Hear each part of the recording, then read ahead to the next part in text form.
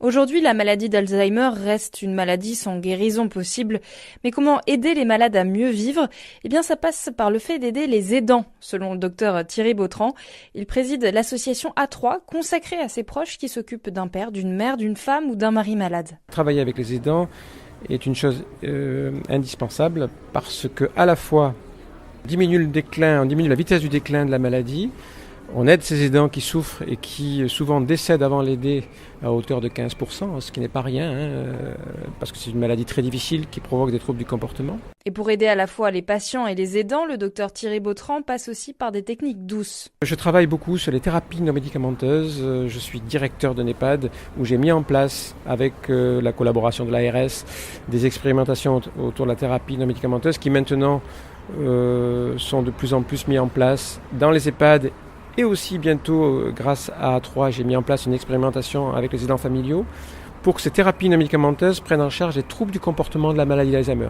Vous savez que la maladie d'Alzheimer, c'est un problème de mémoire, c'est vrai, tout le monde le sait, mais c'est surtout, on le sait moins, des problèmes de troubles du comportement qui entourent la maladie et qui provoquent un véritable épuisement de l'aidant familial.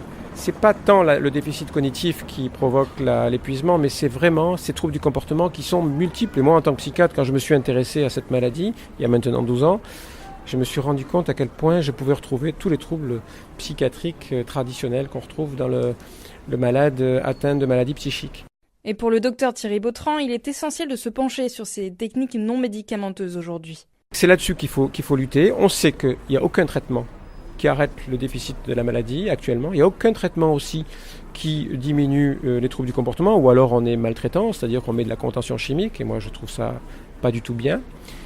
Maintenant, il y a des thérapies non médicamenteuses, c'est mettre en place des techniques par la lumière, par la musique, par les parfums, par un changement d'espace dans la chambre de la personne, par une meilleure écoute, enfin en tout cas avec des techniques qui sont bien connues, comme le Montessori, comme la réorientation thérapie, la validation thérapie, la réminiscence thérapie, enfin il y en a beaucoup. Encore faut-il savoir les utiliser. Et donc l'idée avec A3, c'est de faire comme j'ai fait avec les EHPAD, où je suis l'expert pour l'ARS, c'est de mettre en place à domicile, chez des aidants familiaux, ces techniques qui sont simples, pas trop coûteuses, voire même très très peu coûteuses. Et donc mon équipe d'A3, et notamment à travers les psychologues qui travaillent et qui sont d'excellentes professionnels, mettent en place ça depuis maintenant presque un an.